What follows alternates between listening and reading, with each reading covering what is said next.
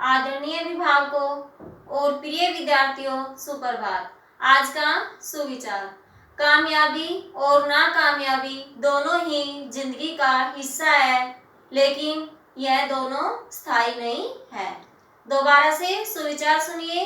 कामयाबी और नाकामयाबी दोनों ही जिंदगी का हिस्सा है, लेकिन ये स्थायी नहीं है।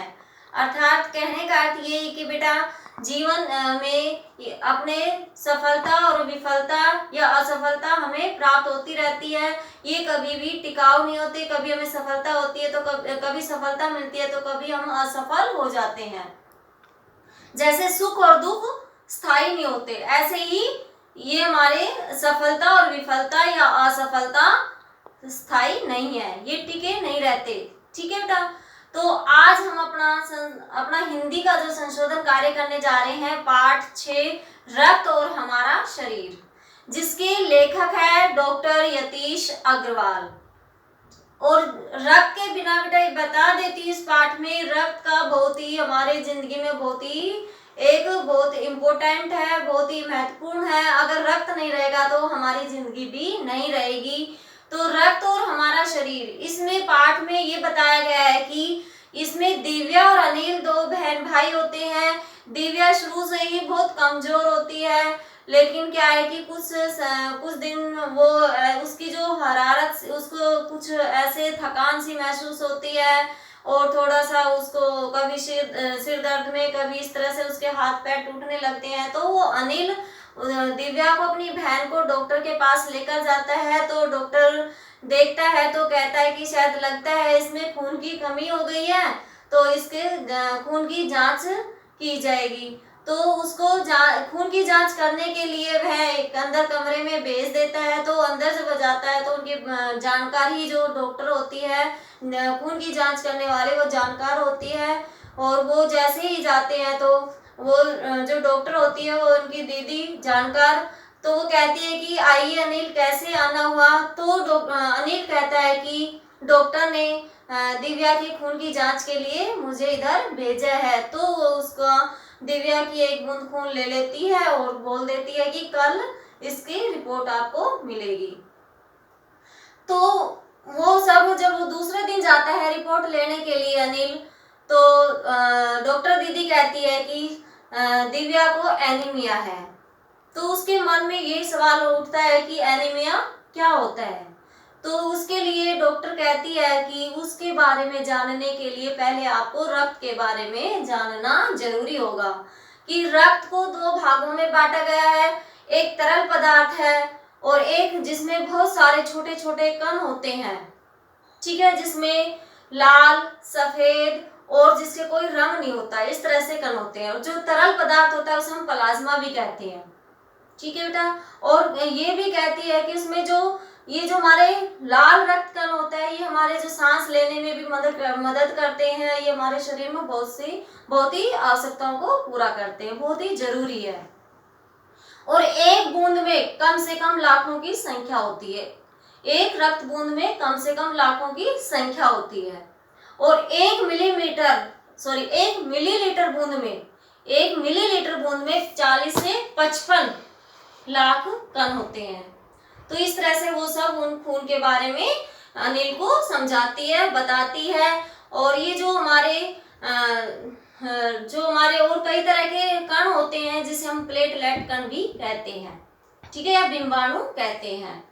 तो वो कहती है तो ये सब किसके कारण होता है, वो उसकी डॉक्टर दीदी बताती है कि ये सब जब हम पौष्टिक आहार नहीं लेते हैं तो उनकी कमी से हो जाता है। और ये भी बताया गया है इस पाठ में कि ये जो हमारे कण है, इनकी जिंदगी ज्यादा दिन नहीं होती, सिर्फ 4 महीने की होती है। फिर वो कहती तो इस तरह से वो एक साथ भी नहीं मरते हैं, धीरे धीरे कभी कुछ आज, कुछ कल, कुछ परसों, इस तरह से धीरे धीरे मरते हैं। और साथ में नए भी कण पैदा हो जाते हैं, जन्म ले लेते हैं। जो हमारे हड्डियों के बीच में मज्जा होती है, उनके अंदर एक ऐसा कारखाना होता है जो ये लाल रक्त कण को उत्पन्न करती है। तो इस तरह से वो सारा उनको रक्त के बारे में अनिल को समझाती है। और इस पाठ में इसका भी वर्णन किया गया है कि हमें रक्तदान जरूर करना चाहिए। और रक्तदान हमें 18 वर्ष की आयु में ही करना चाहिए, 18 वर्ष की आयु के बाद ही करना चाहिए। अगर हम स्वस्थ हैं तो ही करना चाहिए, वरना नहीं करना चाहिए। और कम से कम हर एक व्यक्ति से 300 मिलीलीटर ही रक्त लिया जाता है, जिसके अंदर 500 लीटर लाल रक्त होता है। तो उसके अंदर से यही है कि सॉरी बेटा, 500 मिलीलीटर नहीं, 5 लीटर, 5 लीटर। सॉरी बेटा, एक बार फिर से सुनो, मैंने यहाँ आपको 500 मिलीलीटर बोला था। 500 मिलीलीटर नहीं होता है, लगभग पूरे शरीर में 5 लीटर होता है। और अगर होता है 5 लीटर तो 300 मिलीलीटर ही रक्तदान हर व्यक्ति से लिया जाता है। ठीक है, तो इसमें रक्तदान का भी इस पाठ में चर्चा हुई है और रक्त के बारे में भी बताया गया है। इसके जितने भी प्रश्न उत्तर हैं सभी महत्वपूर्ण है। कुछ प्रश्न उत्तर मैं आपको यहाँ रिवाइज करा रही हूँ बेटा, अच्छे से इस पाठ को याद करना, ये बहुत ही इम्पोर्टेंट आपका पाठ है। तो देखिए, पहला जो पाठ है, रक्त के बहाव को रोकने के लिए क्या करना चाहिए। तो रक्त के बहाव को रोकने के लिए घाव पर कसकर कपड़ा बांध देना चाहिए। क्या करना चाहिए, जहां हमारे घाव में से रक्त निकल रहा है उस घाव पर हमें कपड़ा बांध देना चाहिए कसकर। दूसरा है, खून को भानुमति का पिटारा क्यों कहा जाता है। तो देखिए, यहाँ पे वास्तव में रक्त के 2 भाग होते हैं, एक तरल भाग अर्थात प्लाज्मा, दूसरा है जिसमें छोटे बड़े कई तरह के कण विद्यमान होते हैं। ये कण कुछ लाल, कुछ सफेद और कुछ रंगहीन होते हैं, जिनका कोई रंग नहीं होता है। इन्हें प्लेटलेट्स कण कहते हैं। यहाँ मैंने कण नहीं लिखा, प्लेटलेट्स कहते हैं। ये सभी कण प्लाज्मा में विद्यमान रहते हैं। उनकी संख्या एक रक्त बूंद में, कितने, एक रक्त बूंद में लाखों में होती है। अतः यही कारण है कि लेखक ने इसे भानुमति का पिटारा कहा है। नेक्स्ट देखिए, एनीमिया से बचने के लिए हमें क्या क्या खाना चाहिए। तो एनीमिया रक्त की कमी के कारण होता है। किसकी कमी के कारण होता है, रक्त की कमी के कारण होता है। अतः एनीमिया से बचाव के लिए नियमित रूप से पौष्टिक आहार लेना चाहिए।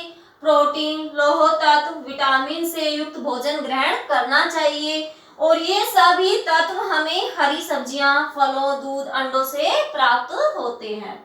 नेक्स्ट देखिए, रक्त के सफेद कणों को वीर सिपाही क्यों कहा गया है। वीर सिपाही क्यों कहा गया है, तो रक्त के सफेद कणों को, ठीक है, सफेद रक्त कणों रोगाणुओं को शरीर में प्रवेश होने से बचाव करते हैं, जिससे हमें अनेक रोगों से मुक्ति मिलती है। रोगों से रक्षा करने और रोगाणुओं से लड़ने भिड़ने के लिए ही इन्हें वीर सिपाही कहा गया है। तो आया समझ में, वीर सिपाही किसे कहा गया है कि सफेद रक्त रोगाणुओं को शरीर में प्रविष्ट होने से बचाव करते हैं, जिससे हमें अनेक रोगों से मुक्ति मिलती है। और रोगों से रक्षा करने और रोगाणुओं से लड़ने भिड़ने के लिए ही इन्हें वीर सिपाही कहा गया है। देखिए आगे, सांस लेने पर शुद्ध वायु से जो ऑक्सीजन प्राप्त होती है उसे शरीर के हर हिस्से में कौन पहुंचाता है। कौन पहुंचाता है, लाल कण। कौन पहुंचाता है, लाल कण। तो ये हमारे कुछ महत्वपूर्ण प्रश्न उत्तर थे। इसके कुछ और भी है बेटा, सभी आपको रिवाइज करना है, अच्छे से याद करना है। बहुत ही महत्वपूर्ण ये चैप्टर है। धन्यवाद।